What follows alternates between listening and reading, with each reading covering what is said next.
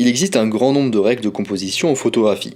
Vous avez probablement déjà entendu parler des lignes directrices, notamment parce que j'ai déjà fait un podcast, une vidéo, un article là-dessus, ou encore du nombre d'or, ou encore de la règle des tiers. Donc j'ai déjà fait des vidéos, des podcasts, tout ce que vous voulez sur ces sujets.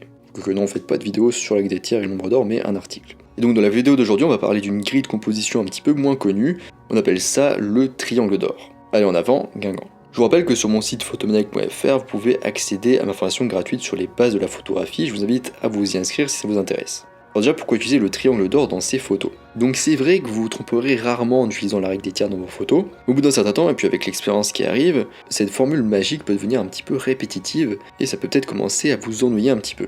Et une idée, c'est de rafraîchir vos compositions avec une variante de la règle des tiers qui se nomme le triangle d'or.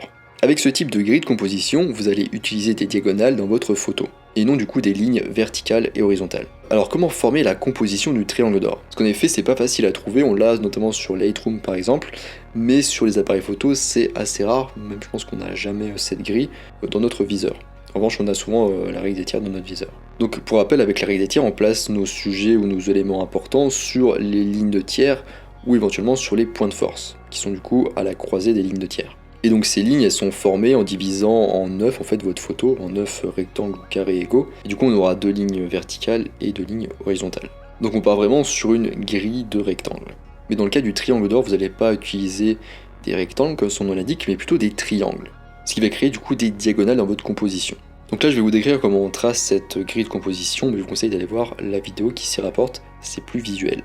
Donc pour commencer, vous allez visualiser votre cadre et vous allez tracer visuellement dans votre tête une ligne diagonale qui part par exemple du coin supérieur gauche et qui va descendre et rejoindre donc en ligne droite le coin inférieur droit. Donc voilà, votre photo elle est divisée en deux en diagonale. Mais ça peut aussi être l'inverse et partir du coin supérieur droit et descendre jusqu'au coin inférieur gauche. Donc maintenant que vous avez cette ligne, vous allez tracer à partir du coin inférieur gauche, où il n'y a rien pour l'instant qui est tracé, vous allez tracer une ligne qui va rejoindre la ligne diagonale, et qui va l'intersecter, donc la couper en angle droit. Et vous allez tracer de la même façon une ligne partant du coin supérieur droit, et qui va couper également la ligne d'origine en angle droit.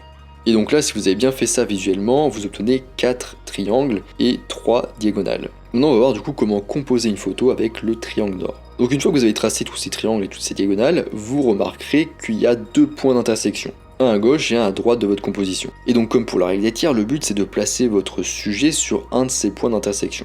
Donc les photos elles ont tendance à avoir un point d'intérêt et des lignes directrices qui les traversent. Et le triangle d'or il va se calquer sur ces deux principes. Donc pour le point d'intérêt, il s'agit souvent du sujet principal de votre photo. Pour un portrait par exemple, vous pouvez mettre un des deux yeux sur une des deux intersections. Le plus souvent vous allez le positionner vers le haut du cadre.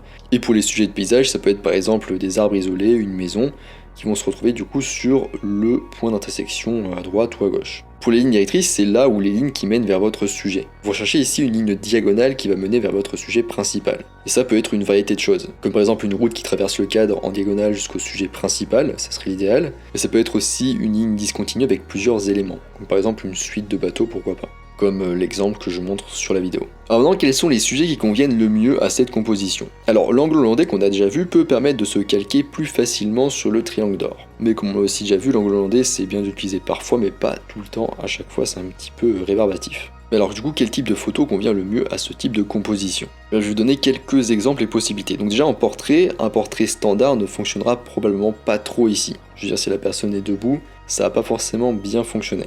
Vous aurez sans doute trop de lignes droites. On cherchez plutôt des portraits où le modèle est assis ou allongé. Vous pouvez aussi chercher à utiliser les bras et les jambes pour créer des diagonales qui vont vers son visage. Ensuite on a les montagnes, donc lorsque votre ligne d'horizon est en dents de scie, donc comme on peut avoir avec les montagnes du coup, vous avez plus d'options pour utiliser le triangle d'or avec une diagonale qui mènerait jusqu'à votre sujet principal. Vous pouvez aussi par exemple utiliser une dune de sable de la même manière. Enfin on a la classique route, donc vous pouvez utiliser une route qui coupe votre cadre en diagonale. Une astuce pour ça c'est se tenir sur le côté de la route, et qui est un bon moyen du coup pour la faire traverser visuellement votre cadre en diagonale. Bon, bien sûr après rester adaptable et flexible, là c'est juste des exemples. Mais si vous avez une diagonale qui traîne dans votre cadre, pensez du coup au triangle d'or. Voilà, on est à la fin de ce podcast sur le triangle d'or. J'espère que vous avez découvert quelque chose de nouveau à appliquer dans vos compositions. C'est une petite variante sympa que vous pouvez sortir parfois, s'il y a des diagonales qui traînent dans votre cadre, ou si vous penchez un petit peu votre orientation. Je vous rappelle que sur mon site photomaniac.fr, vous pouvez vous inscrire à ma formation gratuite sur les bases de la photographie. Je vous invite à vous y inscrire si ça vous intéresse. Moi je vous laisse ici, à vos triangles, et je vous dis à bientôt sur les internets mondiaux.